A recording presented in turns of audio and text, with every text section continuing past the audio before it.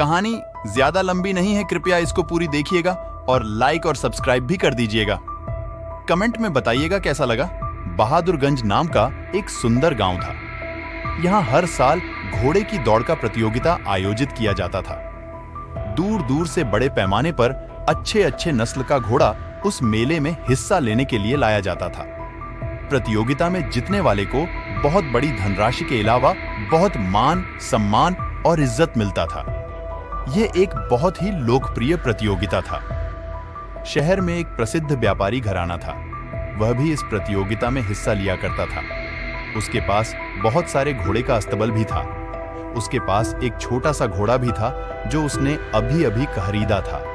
वह अच्छे नस्ल का घोड़ा था। व्यापारी घोड़े के बच्चे को बहुत प्यार करता था।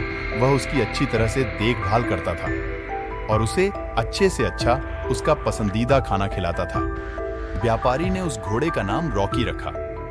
रॉकी जब बड़ा हो गया तो उसने सोचा, मैं इस उदार व्यक्ति द्वारा पाला गया हूं। उन्होंने मेरा अच्छे देखभाल किया है। इसके अलावा मुझे हमेशा अच्छा खाना खिलाया। भले ही कभी कभी कठिनाइयां थी। अब मैं बड़ा हो गया हूं और कोई दूसरा घोड़े नहीं है जो मुझसे टक्कर ले सके। इसीलिए मैं अपने स्वामी को बदले में कुछ देने के लिए अपनी शक्ति का उपयोग करना चाहूंगा। इसलिए रॉकी ने सोचा कि वह अगले साल होने वाले घोड़े दौड़ में सबको हराकर अपने स्वामी का प्यार का ऋण चुकाएगा और मेरे मालिक को मुझ पर गर्व होगा। कुछ दिन बाद हर एक साल की तरह इस साल भी घोड़े महोत्सव का दिन आया। सब ने अपने अपने सबसे ताकतवर घोड़े को महोत्सव में भाग लेने के लिए लेकर आया। रॉकी भी अपने मालिक के साथ इस मेले का हिस्सा बनने आया। रॉकी ने शुरुआती दौर के सभी मुकाबले में सब घोड़े को धूल चटा दिया।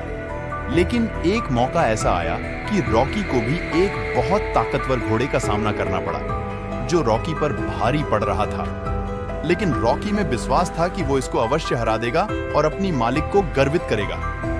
तभी अपनी घोड़े को यूं पीछे पड़े देखकर रॉकी के मालिक उच्च वर्ग के व्यापारी रॉकी पर चिल्लाना शुरू कर देता है। व्यापारी जोर जोर से चिल्लाता है, तुम ऐसे नहीं हार सकते। तुम मेरा नाम यूं नहीं डुबो सकते। तुम पर मैंने लाखों रुपए खर्च किया है। तुम मुझे धोखा नहीं दे सकते। ओ गूंगे जानवर, मैं तुम्हें आदेश देता हूं, जीत कर दिखाओ नमक हराम। ऐसे अपने मालिक को अपने पर बुरा भला चिल्लाने पर रॉकी बहुत दुखी होता है। रॉकी ने सोचा, मैंने अपने स्वामी का कभी कुछ बुरा नहीं किया, फिर भी वह मुझे ऐसे कटु और कठोर शब्दों से अपमानित कर रहा है। कठोर वचन से आहत होकर रॉकी बहुत निराश हो जाता है और अपनी सारी ताकत खो देता है। निराश रॉकी वहीं पर बैठ गया और आगे दौड़ने से मना कर दिया। रॉकी हार गया। शाम को वह सब लोग घर वापस आ गया और अपनी हार से दुखी होकर बैठ गया। रॉकी अपने घर के अस्तबल में चुपचाप और निराश बैठा था। व्यापारी उदास होकर लेटा हुआ था। तभी घोड़ों के रखवाले के लिए रखा गया नौकर व्यापारी के नजदीक जाकर पूछता है, हुजूर, आप ऐसे क्यों पड़े हैं? आप आज बहुत उदास लग रहे हो। व्यापारी ने कहा, इस रॉकी के कारण आज बहुत बड़ा नुकसान हो गया। यह दौड़े बिना हार गया। फिर उस व्यापारी ने सारा किस्सा उस नौकर को सुनाया। फिर नौकर ने कहा, हुजूर, क्या रॉकी ने अपने पूरे जीवन में कभी कुछ नुकसान किया है? कभी आपकी आज्ञा का उल्लंघन किया है? गलत जगह पर गड़बड़ की या किसी भी तरह से बेवकूफ की तरह व्यवहार किया? व्यापारी ने उत्तर दिया, नहीं। फिर साहब, आपने इसे गूंगा जानवर क्यों कहा और सबके सामने नम कहराम कहकर अपमान क्यों किया? दोष आपका है, इसने कुछ गलत नहीं किया है।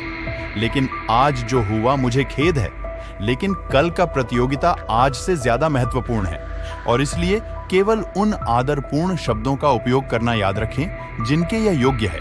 तब व्यापारी साहूकार अपने अहंकार और व्यवहार से शर्मिंदा हो गया। सुबह सुबह व्यापारी साहूकार ने रॉकी को अपने हाथों से नहलाया, अच्छा अच्छा नाश्ता खिलाया और उसके गले में सुगंधित फूलों की माला डाली और आज के प्रतियोगिता के लिए उसे आशीर्वाद और प्यार के रूप में रॉकी के बदन को प्यार से सहलाया। जब सब कुछ तैयार हो गया तो व्यापारी ने रॉकी के माथे को प्यार से चूम लिया। इस व्यवहार से रॉकी बहुत खुश हो गया। उसमें मानो अजीब सी अंदरूनी ताकत आ गया हो। उस दिन प्रतियोगिता में रॉकी ने अपने पूरी शक्ति लगाया और दूसरे सारी घोड़ों को धूल चटा दिया। रॉकी प्रतियोगिता जीत गया। देखने वाले इतने प्रभावित हुए कि उन्होंने रॉकी को उपहारों से सम्मानित किया। लेकिन उच्च वर्ग के धनी व्यापारी के लिए उसकी जीत से भी अधिक महत्वपूर्ण उसका विनम्रता और सम्मान का मूल्यवान पाठ था। सलाह। कठोर शब्दों का कोई प्रतिफल नहीं होता। आदर सूचक शब्द सभी का मान बढ़ाते हैं।